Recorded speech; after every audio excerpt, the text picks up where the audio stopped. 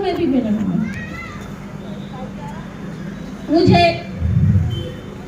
परसों नरसों जब कमला दीदी का संगीता का फोन आया कि आपको आना है दीदी, आप आ सकते हैं क्या, यहाँ कुछ बोलना है। मैंने कहा ये मेरे लिए खुशकिस्मती होगी कि मुझे बाबा साहब के परिनिर्वाण दिवस के दिन बोलने की थी। 50 कार्यक्रम होंगे तो मैं छोड़ दूंगी, लेकिन मेरे बाबा साहब का जो भी कार्यक्रम होगा मैं सबसे करूंगी।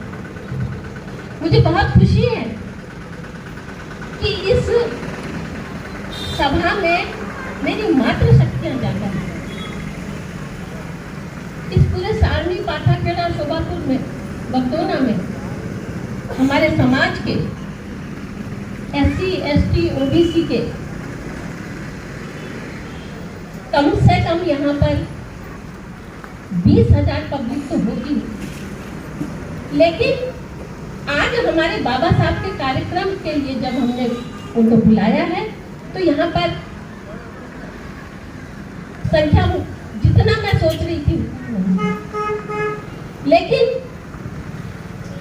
मेरी मातृशक्तियां अपना सारा काम छोड़कर यहाँ पर जो है उनके चरणों में भी मेरा नाम है। मैं आपको मेरे बाबा साहब की जो मेरे बाबा साहब ने हम पर जो महिलाओं पर जो उपकार किया है, हम अपने चमड़ी के जूते यदि उनको बना के पहनाते तो भी हम उनको कभी उनका उपकार चुका ही नहीं सकते। मैं आप लोगों को संविधान की अनुच्छेद, आर्टिकल ये सब नहीं बताऊंगी, क्योंकि ये सब हम वकीलों का काम है, सुनना, समझना और बोलना। बड़ी सीधी सी बात में मैं आपको ये बताऊंगी कि आज छोटा सा उदाहरण, आज जो इतने विद्वान लोगों के बीच में मुझे बिठाया गया है, तो ये केवल और केवल मेरे बाबा साहब की देन है कि मैं बाबा साहब की केवल एक बात को मैंने दिमाग में रखा था बचपन से, शिक्षित बनो, और उसी शिक्षित बनो के वाक्य को आत्मसात करके मैं आप लोगों को बताना चाहूंगी, और सब जगह बताती हूँ, मुझे कोई शर्म नहीं आती बताने में, कि जब मैं पढ़ती थी तो एक टीचर के मुंह से जब भी मैं फर्स्ट या सेकेंड आती थी बार बार सुनती थी, ये मेहरा पार्टी पता नहीं ऐसा क्या पढ़ती है। और उस वक्त मेरा बाल मन इतना रोता था, मैंने सोचा था मैं कभी शादी नहीं करूंगी, कभी बच्चे पैदा नहीं करूंगी, जिससे जो मैं आज बर्दाश्त कर रही हूँ, मैं अपने माँ बाप को भी नहीं बता सकती थी कि मेरे साथ क्या होगा, और सिर्फ इसलिए कि अच्छा पढ़ती हूँ। लेकिन कालांतर में शादी भी हुई, बच्चे भी हुए, और आज मेरे बच्चे इतनी ऊंची ऊंची जगह पे हैं, वो केवल और केवल बाबा साहब। दूसरी बात मैं आपको बताना चाहती हूँ, जब मैंने वकालत शुरू की तो मैं पहले जिले की पहली महिला अधिवक्ता हूँ, ये भी आप लोग जान लीजिए।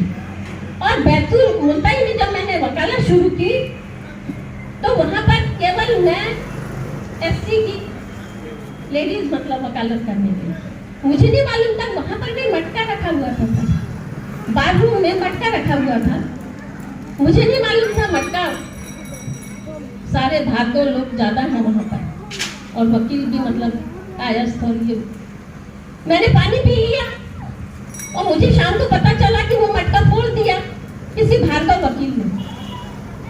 मेरा तो दिमाग वो सटका, उसके बाद आपको यकीन नहीं होगा, उनके मरते दम तक मैंने पीछा नहीं छोड़ा। जब भी मुझे मौका लगता था मैं उनको वो सुनाती थी कि जिसकी हद ही नहीं है, मतलब उनको पानी से भी पतला कर दिया मैंने जब तक वो जिंदा था, ऊपर ही पहुंचा दिया। तो ये जो ताकत है मुझे चिल्लाने की, जोर से बोलने की, किसी से भी नहीं डरने की, ये सारी ताकत मुझे मेरे बाबा। और एक बात मैं आपको और बताना चाहती हूँ कि हमारे बाबा साहब ने जो संविधान बनाया, जिसके तहत हमको समता, स्वतंत्रता, सारे अधिकार दिए, 8-10 अधिकार, कहीं भी बसने का, कहीं भी कमाने का, अपनी रोटी कमाने का, स्वतंत्रता का, समानता का, कोई हमसे ऊंच नीच का भेदभाव नहीं कर सकता। सारे अधिकार हमको संविधान में दिए हैं। उस संविधान को बदलने की तैयारी हो चुकी है, और यदि हम चुपचाप बैठे तो हम ये जो 85% है, इनको फिर से गुलाम बनाने के लिए मनुवादी संविधान तैयार हो गया है। और उस संविधान में उनकी जो प्रस्तावना है वो शुरू होती है भगवान so and so and so. लेकिन मैं इस बात से भी नहीं डरती, मुझे कोई डर नहीं लगता। यदि ये 15% ने, सबके सामने बोल रही हूं मैं, यदि यहाँ पुलिस वाले हो, पत्रकार हो, जो भी हो, सुने, यदि ये 15% ने संविधान को हाथ भी लगाने की कोशिश की, तो मैं दावे से कहती हूँ कि मैं जो हम 85% है, 15% को उनकी सुपारी दे दूंगी और इस दुनिया से खत्म कर दूंगी। और ये बोलने में मुझे कोई डर नहीं लगता। आज चाहे तो मुझे ले जाके जेल में बंद कर दे, मैं नहीं डरती किसी से भी, किसी से नहीं डरती, क्योंकि मैं भी पुत्री हूँ और मुझे डरना नहीं सिखाया, मुझे डरना नहीं सिखाया। तो ये जो मुझे कहा गया था कि मैं महिलाओं के लिए बोलूं जो भी, तो इसीलिए मैंने सरल भाषा में आप लोगों को ये बताया बात कि हमको संविधान में इतने अधिकार हैं कि जिसकी कोई हद ही नहीं है। एक बात मैं और बोलना चाहती हूँ महिलाओं की बात से हटके। बहुत जगह जब मैं बाबा साहब की बात करती हूँ तो मुझे ये सुनना पड़ता है कि महारों ने या महरों ने बाबा साहब को किडनैप कर लिया, और मुझे भी ऐसा लगता है कि शायद उनकी बात सच है। बाबा साहब केवल हम महरों के या मराठों के नहीं हैं। बाबा साहब SC, ST, OBC, माइनॉरिटी सभी के लिए हैं। तो हमको इन सबको संगठित करना बहुत जरूरी है, तभी हम बाबा साहब के सपने को पूरा कर सकते हैं। और उसके लिए मैं काम शुरू कर दिया, मैंने 1-2 साल हो गए हैं। मैं बसोली मोहल्ले में जाती हूँ, 8-10 लोगों को कलेक्ट करती हूँ कि भैया ये एक आप अध्यक्ष हो और ये हमारा जो मिशन है वो बाबा साहब के नाम पर। मान के मोहल्ले में जाती हूँ, मुझे कोई शर्म नहीं है। अभी आज की मैं आपको बात बताऊं, जयस से मैं जुड़ी हुई हूँ, गोंडवाना से मैं जुड़ी हुई हूँ। आज सुबह जयस के मेरे एक बच्चे ने, कृष्णा पढ़ते ने मुझे सुबह व्हाट्सएप किया, मैं देख नहीं पाई, मैं खाना बना रही थी क्योंकि मुझे इधर भी आना था। उसने मुझे फोन करके बोला कि दीदी मैंने आपको एक व्हाट्सएप ट्वीट किया है, आप जल्दी देखिए। मैंने कहा क्या हुआ बेटा, बता, मेरे को फोन से ही बता। तो बोले किसी ने ऐसा ऐसा मतलब लिखा हुआ है कि ये